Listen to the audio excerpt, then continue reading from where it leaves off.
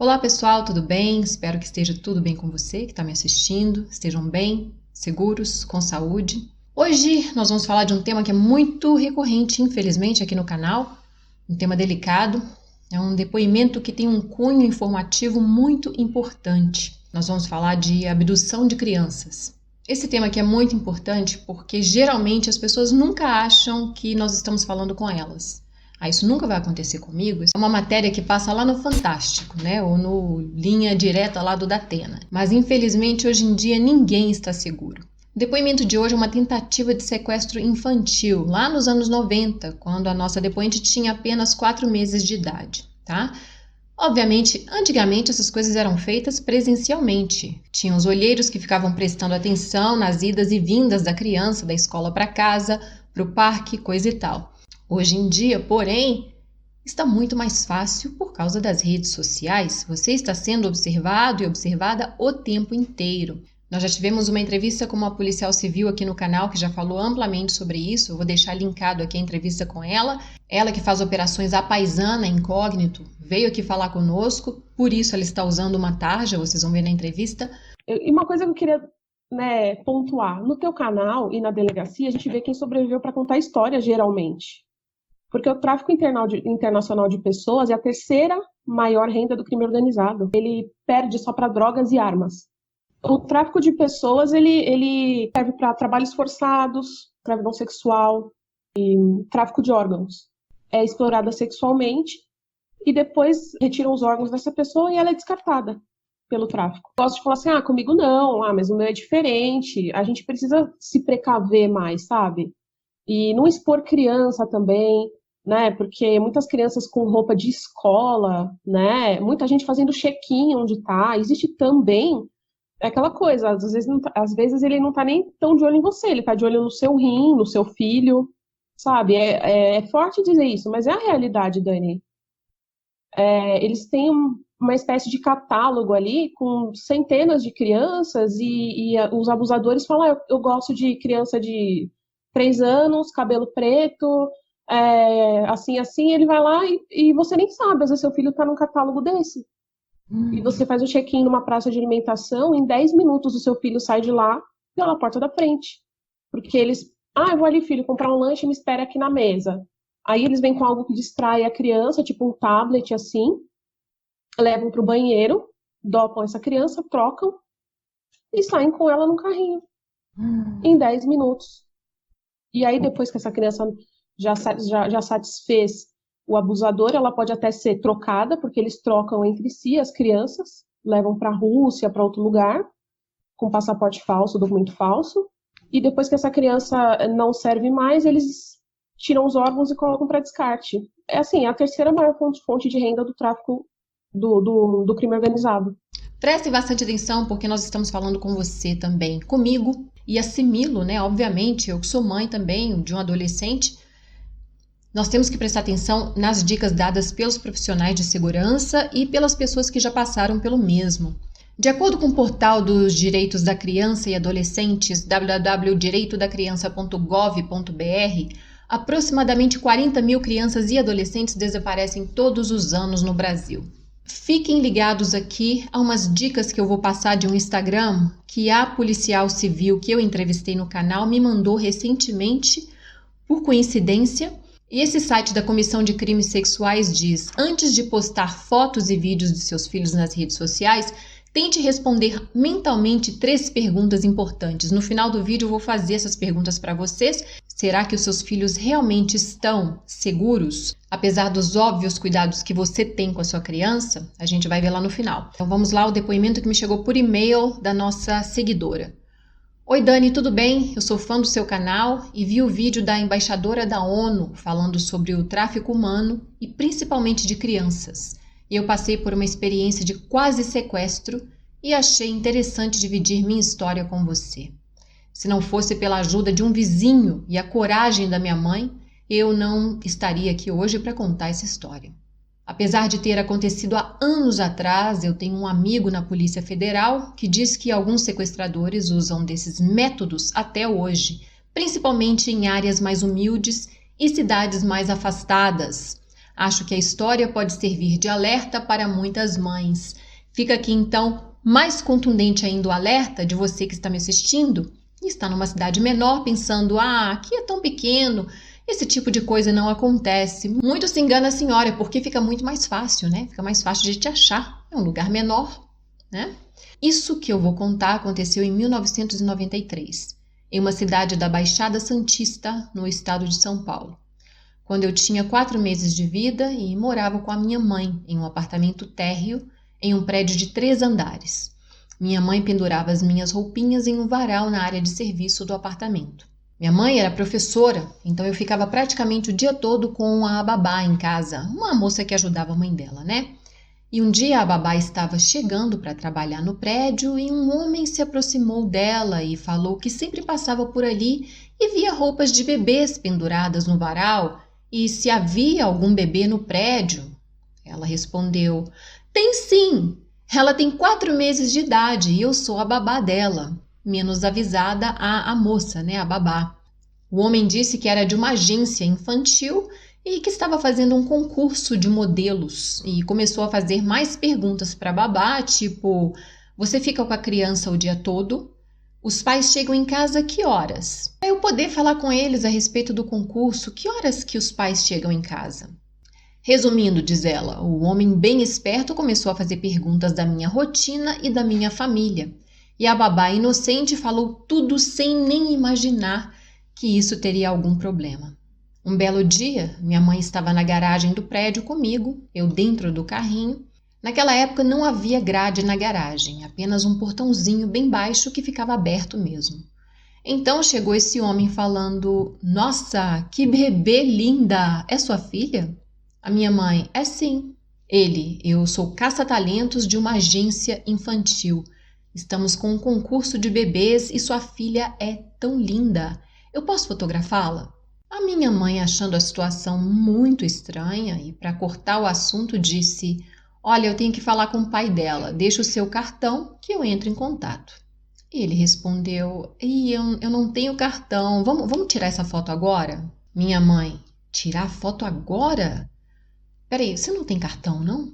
Ele: "Sim, é o seguinte, vamos entrar dentro do seu apartamento para tirar essa foto? Eu tô com o material já todo no carro." Aí a minha mãe olhou e viu que do outro lado da rua tinha um homem e uma mulher olhando fixamente para aquela cena.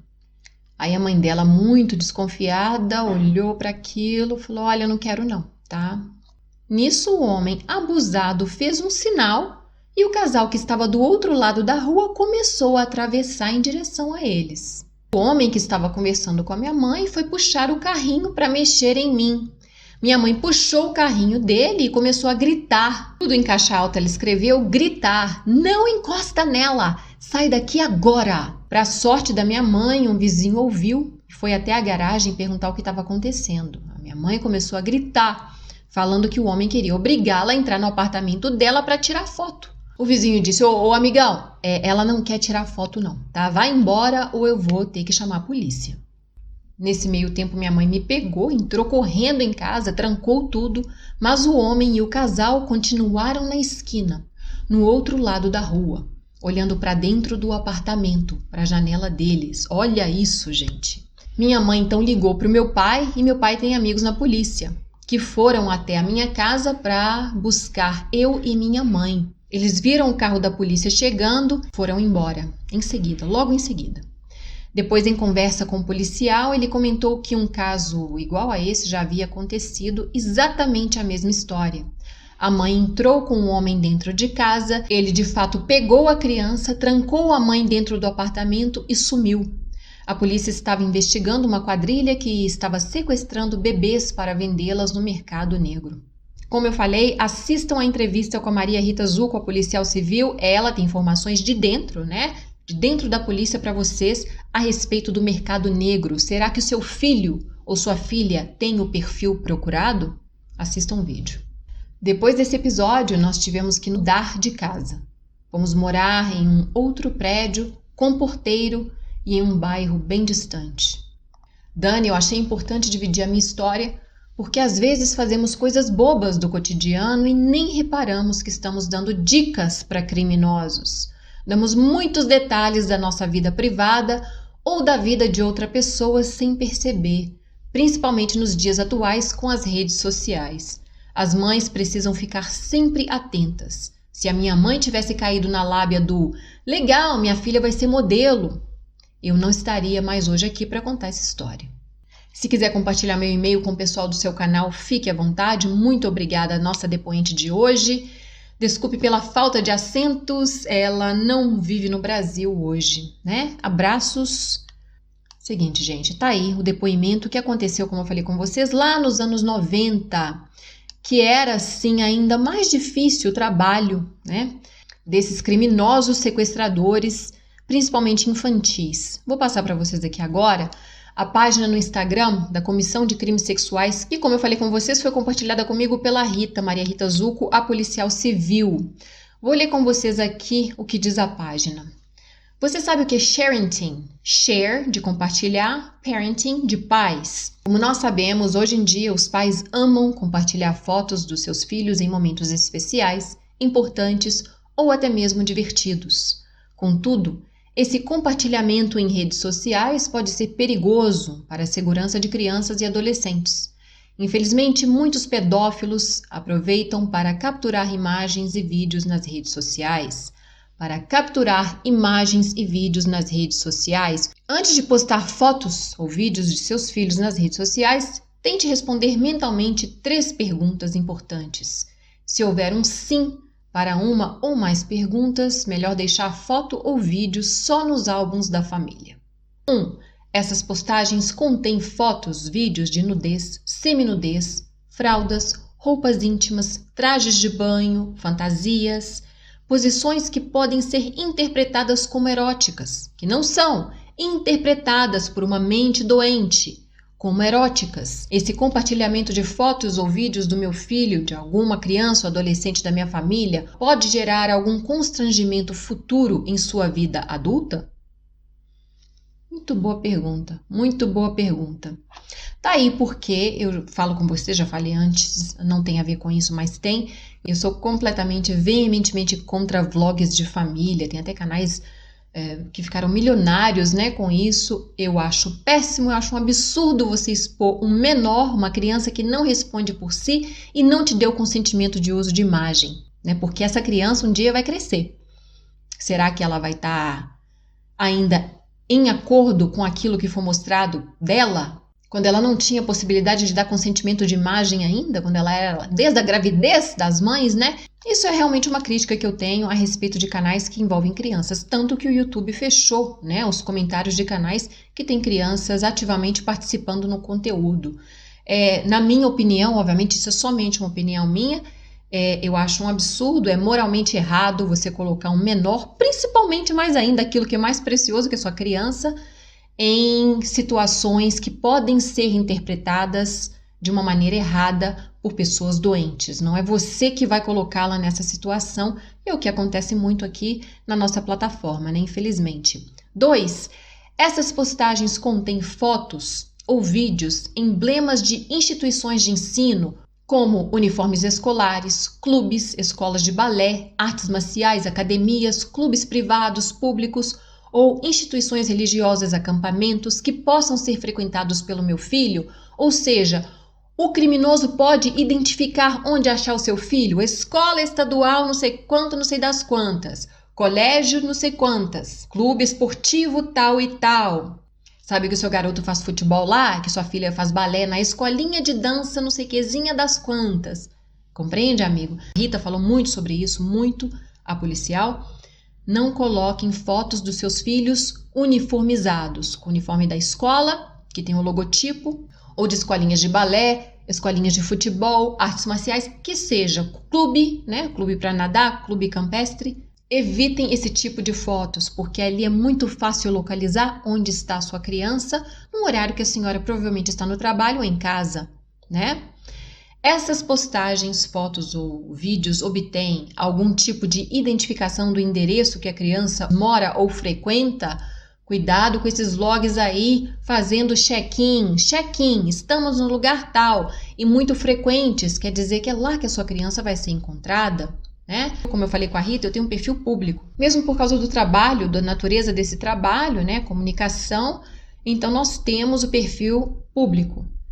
Eu nunca faço check-in. Ninguém sabe que horas, onde eu estava.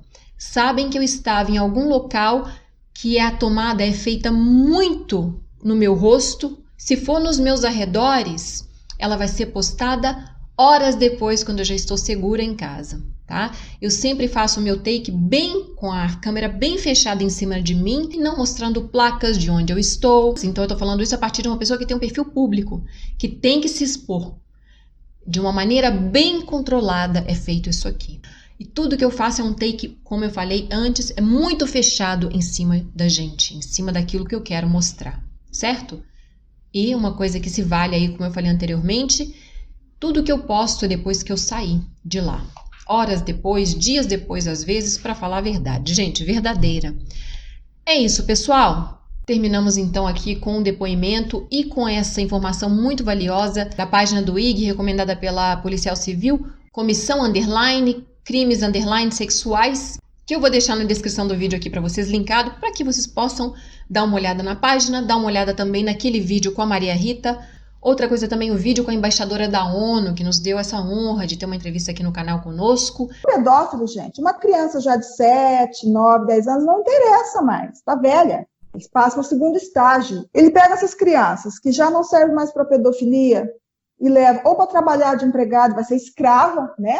Ou já aos 10 anos, como acontece na Ásia, elas se tornam prostitutas, porque eles levam elas para isso. Eu sei que elas ficam nesse jogo até os 20 anos, 23 anos. O que acontece? Por quê? Tá velha para o sexo aos 20, 23? Não. Elas começam a se rebelar, gente. Você imagina uma criança que foi vítima de pedofilia, e depois ela foi vítima de escravidão, de servidão sexual. Aos 20 anos, ela prefere morrer. Então é isso que ela quer. E ela começa a se rebelar, criar confusões, eles passam a drogá-las. Se isso não for suficiente ou adoecê-las, aí elas vão para a morte. E a morte tem 3 caminhos. Ou a morte passional mesmo, o cara se irrita e queima ela ali, porque se ela ainda tiver os órgãos bons, vende para os órgãos, para retirada de órgãos.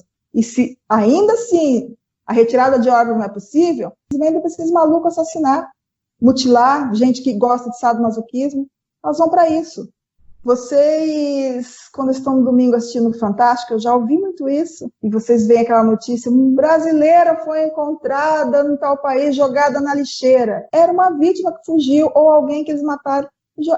Era uma pessoa que foi uma criança um dia, ok? Ou uma garota de 15 anos que foi retirada da América Latina, da Ásia ou do Brasil, para fazer algum trabalho lícito. Ou foi abduzida no aeroporto. Que é um outro assunto que as pessoas também acham que é um mito urbano, né? Uma lenda dos tempos modernos. De maneira nenhuma. Na verdade, o sequestro infantil e o tráfico humano de adultos, eles têm uma interligação porque existe um tempo de geração que tem um ciclo de vida. Mas as organizações mafiosas por trás disso, eles querem fazer um uso completo daquela criança que foi abduzida lá até a idade adulta, que depois será descartada. Geralmente termina com a remoção de órgãos, porque aquela pessoa foi bem rentável desde criança até a fase adulta. Assistam então um depoimento chocante com a embaixadora da ONU. É um tema difícil, é um tema complicado de fazer, mas a nossa função aqui no canal é dar voz a vítimas de várias sortes, e nesse caso aqui, uma quase vítima de abdução infantil, sequestro infantil. Para terminar, vou falar de um caso pessoal.